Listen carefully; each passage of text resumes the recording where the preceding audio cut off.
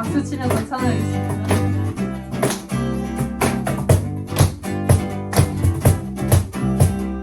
찬양하세.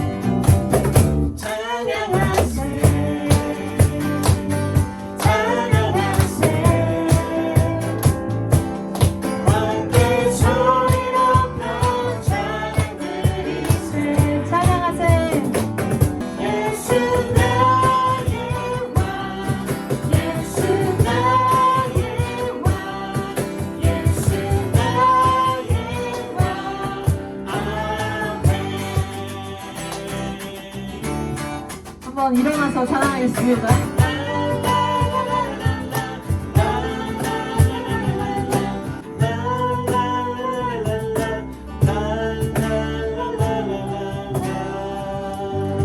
하나님께 박수로 영광 올려드리겠습니다. 사도행전 14장 쉽게 읽기입니다. 사도 바울의 1차 전도 여행을 지도를 보면서 살펴보겠습니다.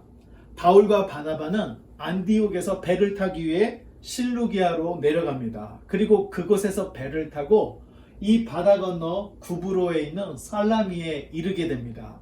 그리고 살라미에 도착한 바울 일행은 이제 구브로를 가로질러서 바보에 이르게 됩니다.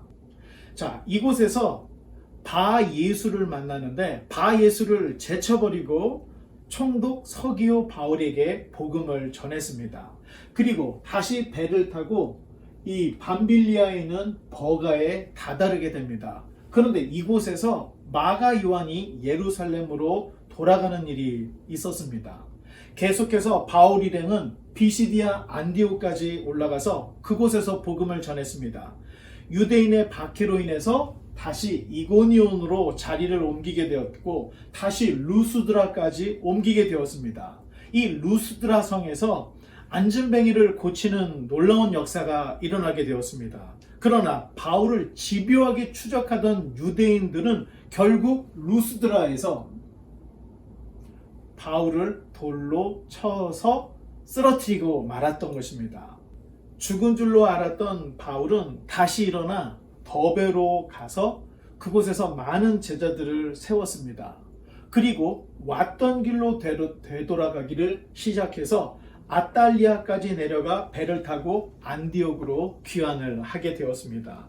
지난 시간에 바울이 비시디아 안디옥에서 설교한 내용을 예배 후 가톡 시간에 함께 나누었습니다. 그리고 오늘은 사도행전 13장의 나머지 부분으로부터 시작해서 14장을 함께 읽으려고 합니다.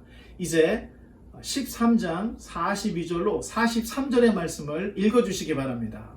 그들이 나갈 때 사람들이 청하되 다음 안식일에도 이 말씀을 하라 하더라. 회당의 모임이 끝난 후에 유대인과 유대인의 입교한 경건한 사람들이 많이 바울과 바나바를 따르니 두 사도가 더불어 말하고 항상 하나님의 은혜 가운데 있으라 권하니라. 아멘. 감사합니다.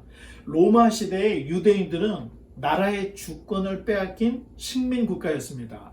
유대인의 역사는 참으로 암울했습니다. 주전 588년에 신바벨론에게 포로로 끌려간 이후에 바벨론이 페르시아에게 패하여서 포로 중에 바벨론 포로에서 페르시아 포로로 바뀌게 되었던 것입니다. 다행스러운 것은 페르시아의 고레스, 역사에서는 키루스라고 합니다. 이 고레스 왕이 포로들을 다 석방해 주었습니다. 그러나 얼마 지나지 않아서 알렉산더 대왕의 헬라 시대가 열렸고 곧바로 로마 시대로 들어들면서 유대 나라는 근 500년 동안 나라다운 나라를 세우지 못했던 것입니다. 그러니 유대인들 사이에서 메시아에 대한 소망이 높아만 갔습니다. 그러다 세례 요한의 출현은 불난 곳에 기름을 붓듯이 메시아에 대한 갈망이 최고조에 달했고 또 세례 요한의 소문은 온 유대 땅에 퍼져서 메시아에 대한 열망이 폭발 직전에까지 이르게 되었던 것입니다.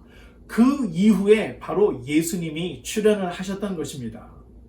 바울은 그 소문의 실체를 구약으로부터 시작하여 유대인들이 빌라도를 통해 십자가에 못 박아 죽인 예수는 너희가 기다리는 메시아이며 그분은 부활하셨다는 메시지를 이 비시디아 안디옥에서 전했던 것입니다.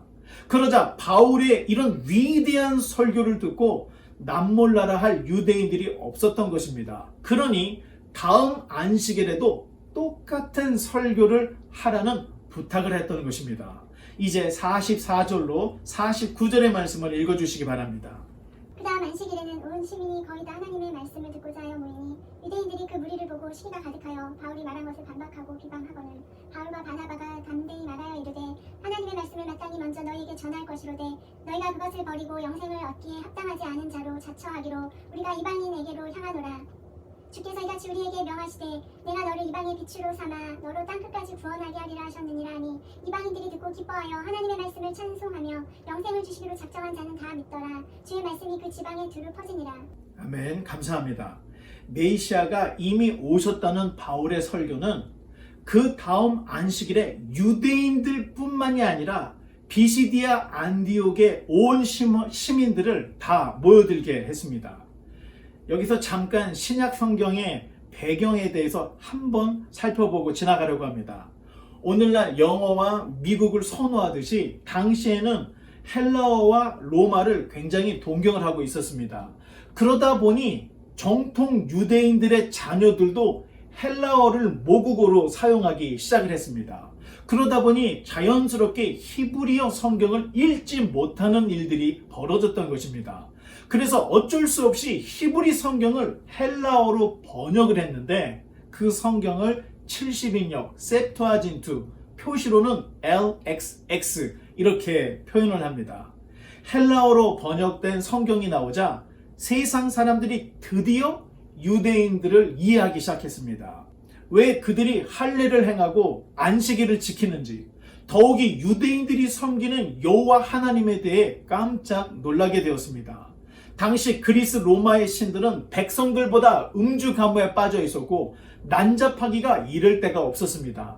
그러나 유대교의 하나님과 율법은 너무나도 깨끗하고 거룩하고 정결했던 것입니다. 여기에 세상 사람들의 마음이 흔들렸던 것입니다.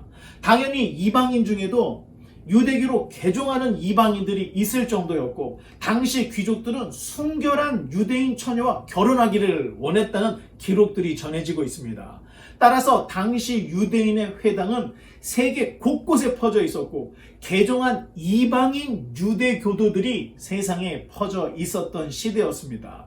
이러한 배경에서 비시디아 안디옥에서 유대인들이 기다리던 메시아가 오셨다는 소문에 이방인들도 귀를 기울일 수밖에 없었던 것입니다. 당시에는 신문, 뉴스, 인터넷이 발달되지 않았기 때문에 이렇게 외지에서 온 사람들이 전해주는 그 소문에 귀를 기울였던 것입니다. 그런데 바울의 일행이 예루살렘에서 벌어진 예수 그리스도에 대한 복음을 전하고 거의 모든 비시디아 안디옥 시민들이 이 말씀을 들으려고 안디옥에 있는 유대인 회당에 몰려들었던 것입니다. 하지만 이러한 시점에서 유대인의 질투가 땅 하고 터지고 말았던 것입니다. 이제 50절로 52절의 말씀을 읽어주시기 바랍니다. 이에 유대인들이 경건한 귀부인들과 그 신의 유력자들을 선동하여 바울과 바나바를 박해하게 하여 그 지역에서 쫓아내니 두 사람이 그들을 향하여 발에 티끌을 떨어버리고 이고니온으로 가거늘 제자들은 기쁨과 성령이 충만하니라. 아멘. 감사합니다. 질투하는 유대인들로 인해서 바울의 일행은 이고니온으로 피했습니다. 그러나 제자들의 마음은 기쁨과 성령이 충만했다고 전해지고 있습니다. 고난이 항상 나쁜 것만은 아니라는 것입니다. 때로는 그 고난이 우리 삶을 수정하게 하고 우리 삶의 방향을 바꾸기도 하는데 주님께서 의도하시는 길이 있을 때 종종 이런 고난의 길이 있을 수 있다는 것입니다. 그러니 고난이 다 나쁘다 이렇게만은 생각을 할 수가 없다는 것입니다.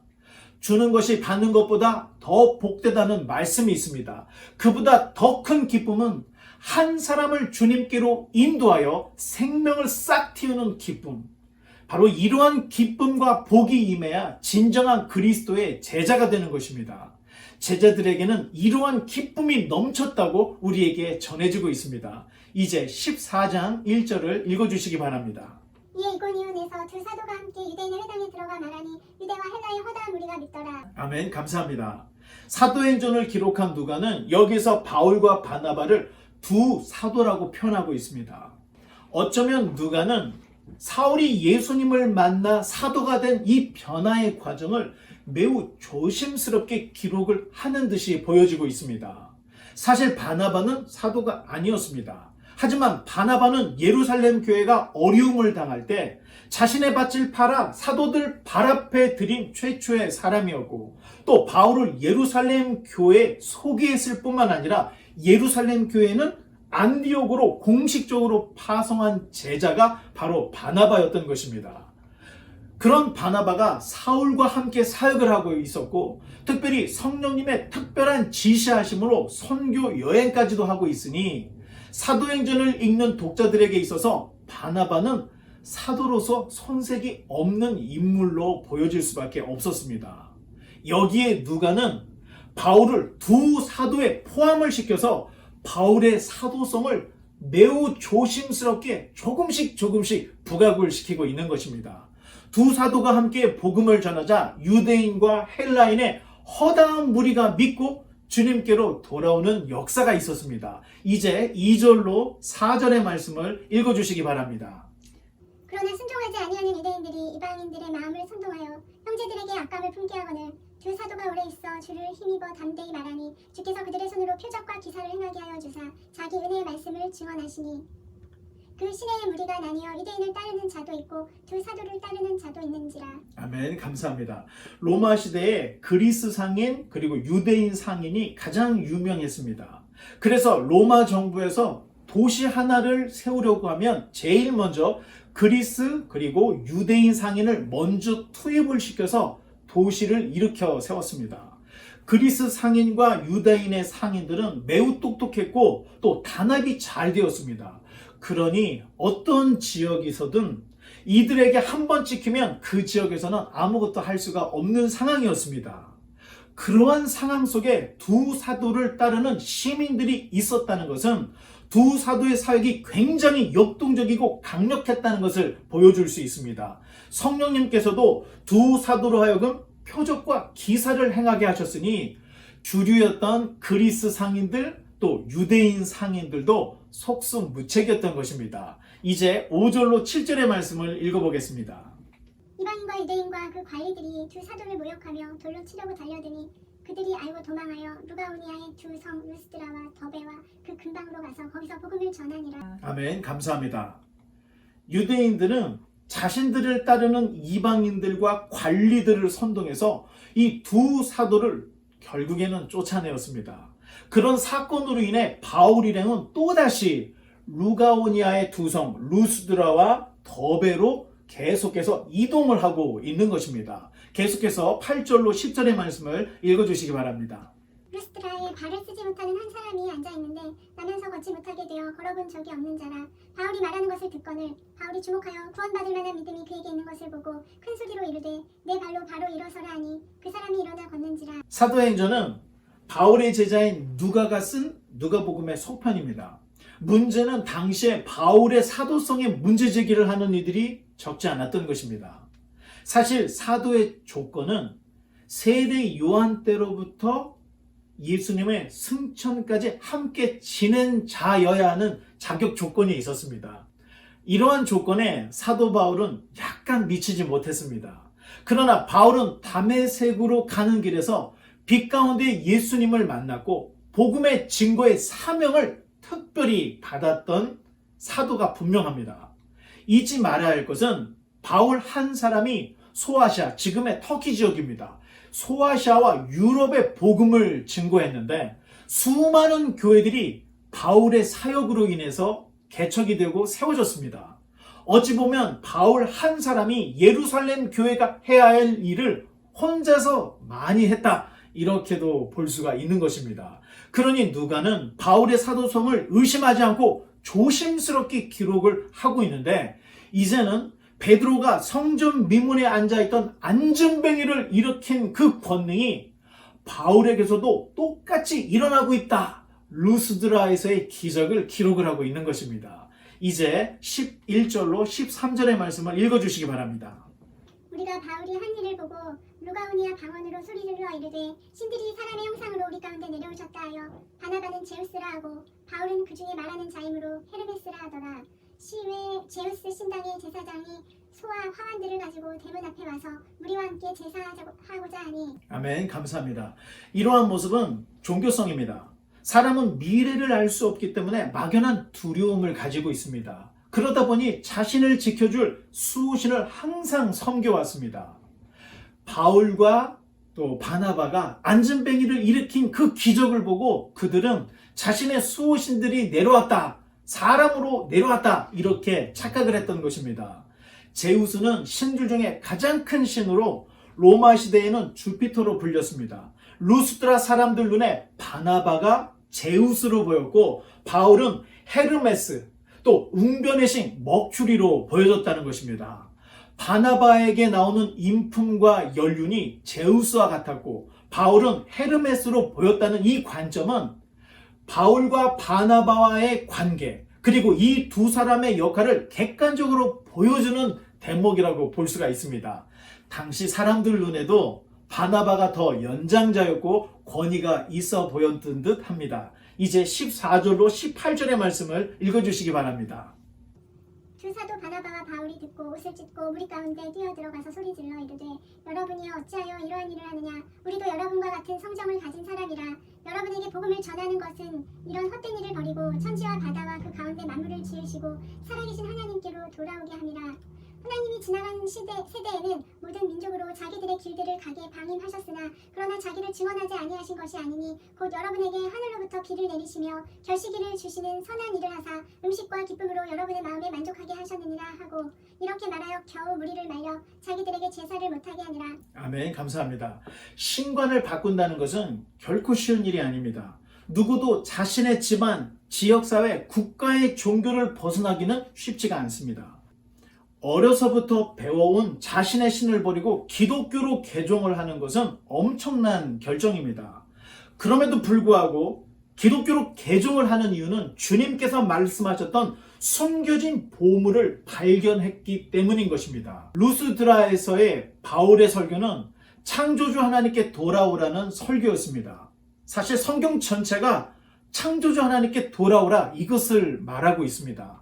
전도의 대상자, 선교의 대상자에 대하여 바울은 누구보다도 잘 알고 있었습니다. 그래서 유대인들에게 설교를 할 때는 선지자들의 글로 시작하여 이스라엘이 기다리고 있는 메시아 설교를 했던 것이고 제우스와 헤르메스를 섬기는 이방인들에게는 그들이 창조한 것이 아니라 세상을 창조하신 유일하신 하나님을 알고 그분께 돌아오라는 설교를 했던 것입니다. 이제 19절로 20절의 말씀을 읽어주시기 바랍니다.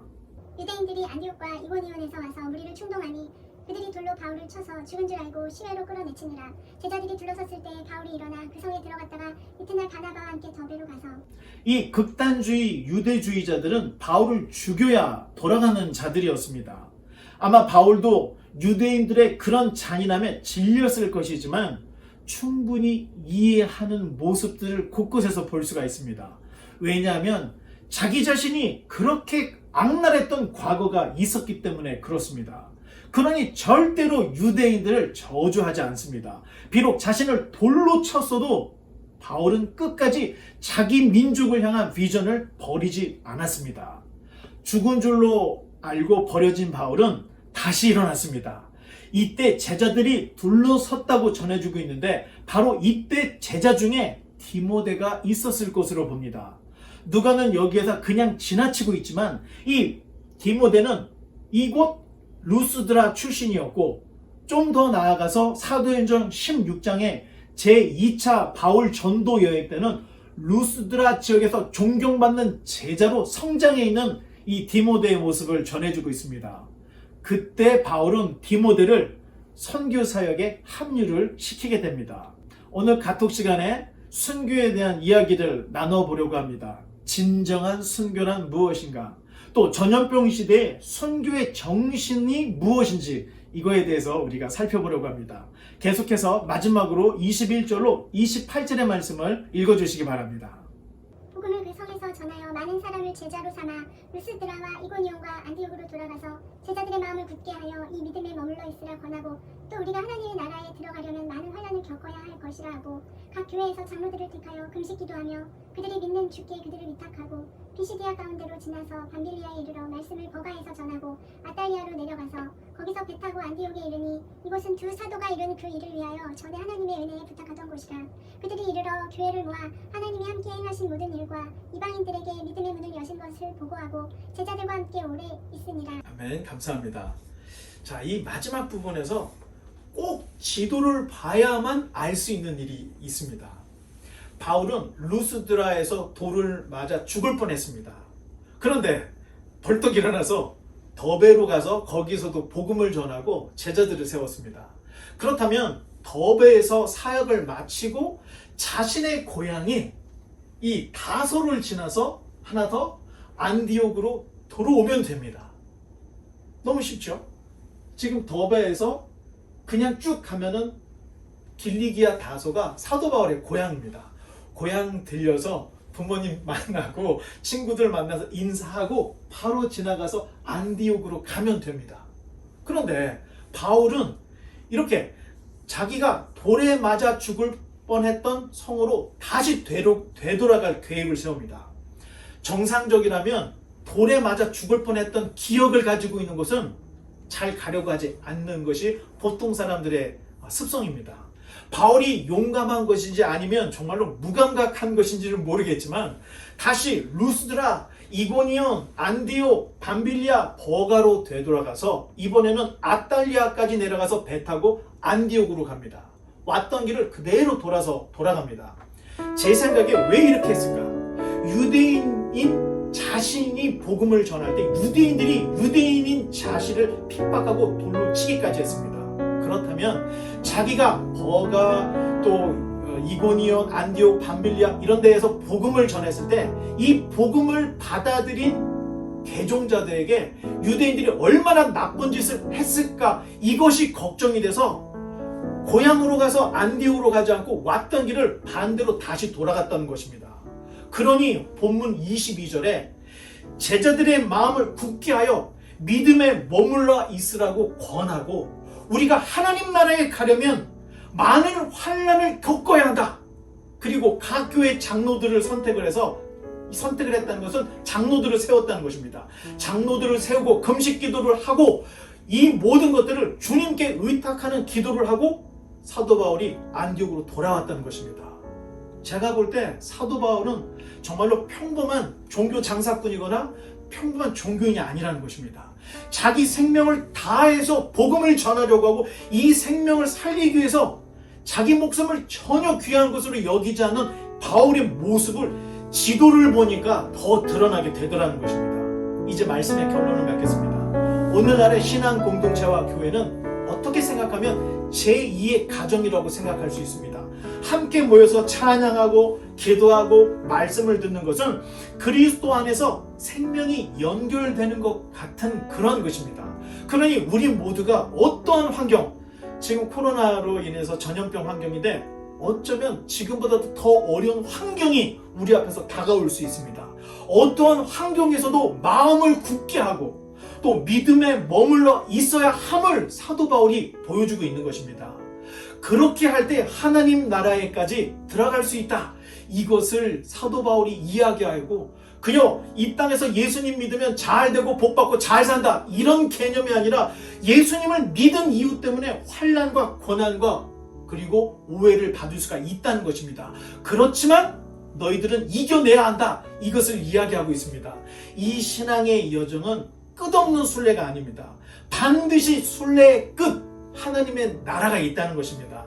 그러니 우리에게 주어진 시간, 세월을 아끼고 딴 길, 곁길로 가지 않고 믿음의 길로만 나아가서 주님께서 우리에게 요구하시는 이 신앙의 길, 믿음의 길, 또 예수님을 닮아가는 이 길을 끝까지 걸어갈 수 있는 저와 여러분 되시기를 주님의 이름으로 간절히 축원합니다.